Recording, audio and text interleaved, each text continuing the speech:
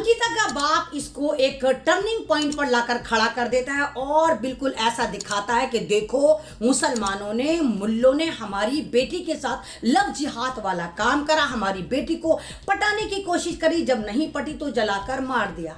मजे की बात ये नहीं है, मजे की बात ये है ऐसा नरेटिव सेट करा जा रहा है और शाहरुख पकड़ा गया, शाहरुख ने जहां से माचिस खरीदी थी। अरे अबे वो बावलो, माचिस तो हर दुकान पे मिल जाती है, कोई भी माचिस खरीद ले, 1 रुपए की माचिस कहीं भी मिल जाती है। शाहरुख पेट्रोल लेकर आया। अबे जाहिलो गंवारो, जिसके पास भी बाइक हो, स्कूटी हो, कार हो, पेट्रोल उसको आसानी से मिल जाता है। अभी तक ऐसा कोई रूल्स ऑफ रेगुलेशन आया ही नहीं कि जहां सरकार के कि पेट्रोल तुम्हें नहीं मिलेगा, मुल्लों को नहीं मिलेगा, इनको नहीं मिलेगा, उनको नहीं मिलेगा।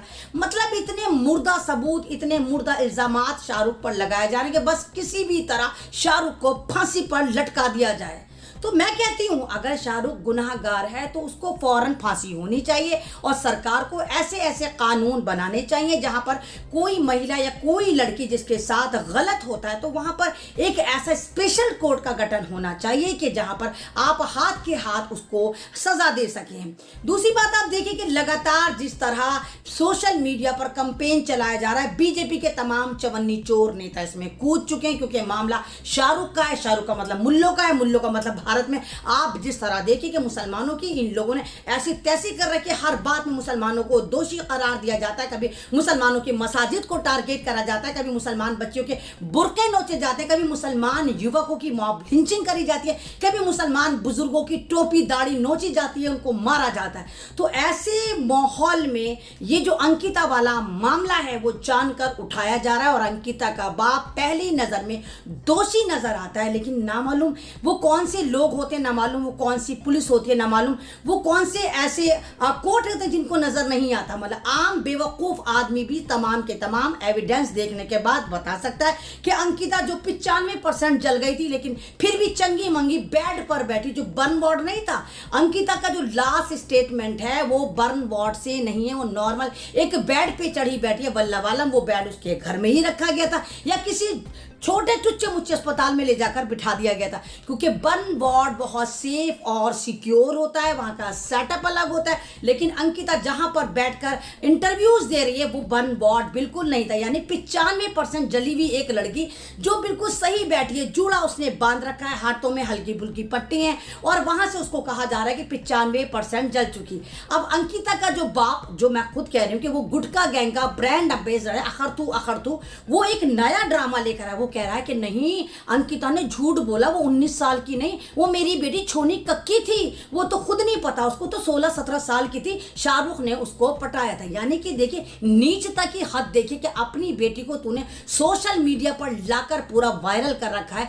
अगर तुझे अपनी बेटी से इतनी ही नफरत थी या तू धंधा वाला आदमी है, तू धंधे वाला बाप है कि अपनी बेटियों से तू धंधा करवाकर पैसे वसूल करता था और शाहरुख शायद तुझे पैसे देने में नाकाम था और अब तू एक फर्जी नरेटिव, फर्जी कहानी लेकर आया, तो तेरे जैसे बाप के ऊपर लानत है। लानत तो तेरे ऊपर उसी वक्त तमाम सोशल मीडिया ने भेजी थी जब तेरी बेटी अंकिता की अर्थी घर में रखी थी और तू थुकड़ गुटखा खाकर थुकड़ कर रहा था। तो ये तमाम का तमाम जो एक नरेटिव सेट करा है, आप तमाम लोगों को इस बात पर ध्यान देना चाहिए और देखना चाहिए कि अंकिता के साथ जो उसकी फैमिली ने करा वो निहायत ही गलत करा। अंकिता के साथ ये जुल्म की इंतहा है कि अंकिता को ऑनर किलिंग करके मार दिया जाता है और बाद में सारा इल्जाम इस पे शाहरुख पर लगा दिया जाता है और शाहरुख के दोस्त पर भी लगा दिया जाता है कि शाहरुख का एक दोस्त था, उसने उसको पेट्रोल और माचिस लाकर दी थी। यानी पेट्रोल और माचिस ऐसा हो गया कि जैसे वो मान लो चाइना से निर्यात करी हो या कहीं स्विट्जरलैंड से आई हो। अरे चाइना माचिस और पेट्रोल तो कहीं भी मिल सकता है। तो आप लोगों को इस केस पे देखना चाहिए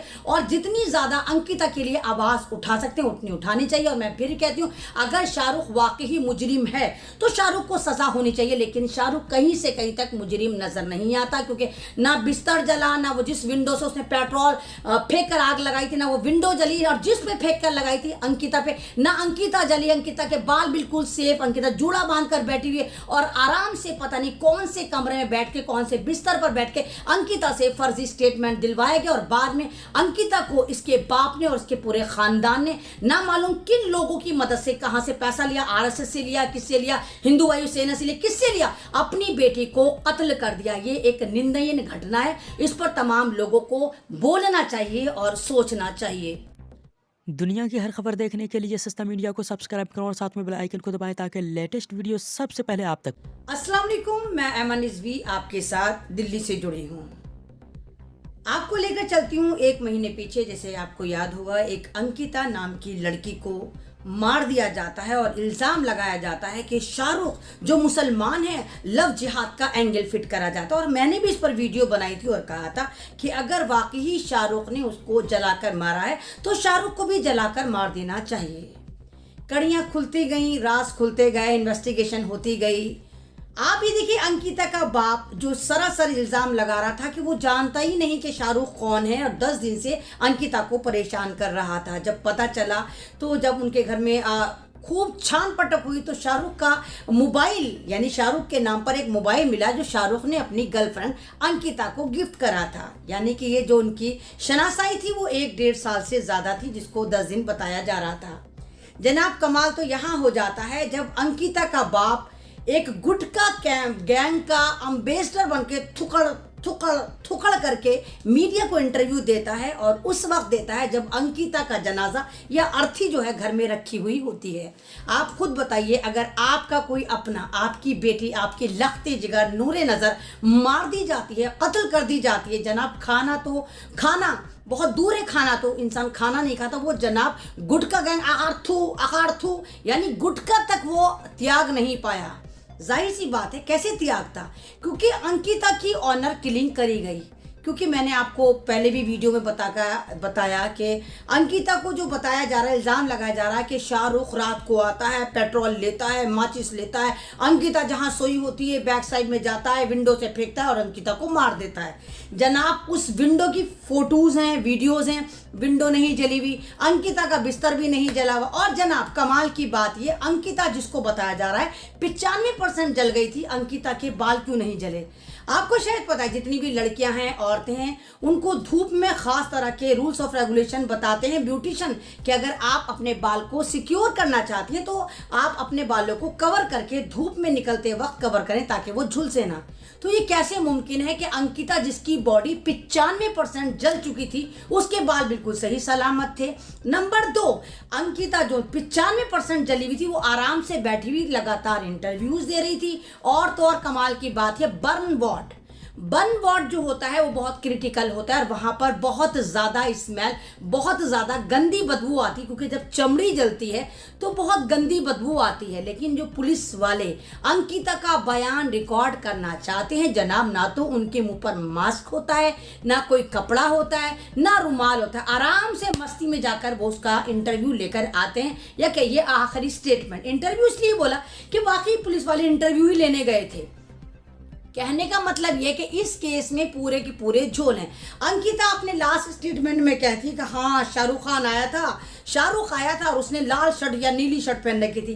बाप जो होता है वो शर्ट का कलर दूसरा बताता है, यानी कि यहाँ भी तजाद, यहाँ पर भी इख्तलाफात। बेटी कलर कुछ और बता रही है शाहरुख की शर्ट का, और अब्बा जो है उनके, वो जो गुटखा गैंग के ब्रांड एम्बेसडर हैं, वो कुछ अलग बता रहे हैं। तो पूरा 1 महीना हो गया और इस पर काफ़ी लोग काम भी कर रहे हैं। जैसे विनय दुबे हैं, विनय दुबे लगातार इस केस को देख रहे हैं, लगातार रोजाना नया फैक्ट लेकर आते हैं। और उन लोगों के लिए, मैं उन लोगों के लिए कहती हूँ जो इसको लव जिहाद का एंगल देने के लिए बिल्कुल फड़फड़ा रहे हैं, मरे जा रहे हैं, उन लोगों को भी ध्यान देना चाहिए। कैसे पॉसिबल है कि एक लड़की अंकिता जो अपने आशिक, यानी शाहरुख जो था उसका आशिक था, दोनों बहुत मोहब्बत करते थे, और उसके बाद सोशल मीडिया पर 1 महीने पहले अंकिता की ऐसी तस्वीर वायरल हुई जहां पर कहीं वो शाहरुख के साथ बैठी है, कहीं लेटी है, कहीं उसके गले में झूल रही है, कहीं उसको चुम्मियां दे रही है, कहीं उसको लपटा झपटी कर रही है। तो ये सारा का सारा जो केस है, इसमें अगर वाकई सही से खुदाई करी जाए, जेसीबी यहाँ पर जाकर काम करे, तो एक ही नज़र में इसका जो मुजरिम निकल कर आएगा वो अंकिता का बाप नज़र आएगा। अंकिता का बाप जो है मुझे एक लुटेरा गैंग लगता है। अंकिता का बाप मुझे एक ऐसा आदमी लगता है जो अपनी बेटी को भाड़ पर चला रहा था, ये भाड़ खाना चाहता था, ये अपनी बेटी की भाड़ अपनी बच्चियों से गलत काम करवाता था। और हो सकता है कि कहीं कहीं ना कहीं शाहरुख इनकी जो डिमांड्स हैं वो पूरी ना कर पा रहा हो। इसी वजह से उसके बाप ने सोचा कि अंकिता मेरे किसी काम की रही नहीं, मुसलमान लड़के से फंस चुकी है, अब इसको मारकर कहीं ना कहीं मैं एक ऐसा नरेटिव सेट कर दूं कि हिंदू मुस्लिम करके लव जिहाद का इसको एंगल दे दूं। दुनिया की हर खबर देखने के लिए सस्ता मीडिया को सब्सक्राइब करो और साथ में बेल आइकन को दबाएं ताकि लेटेस्ट वीडियो सबसे पहले आप तक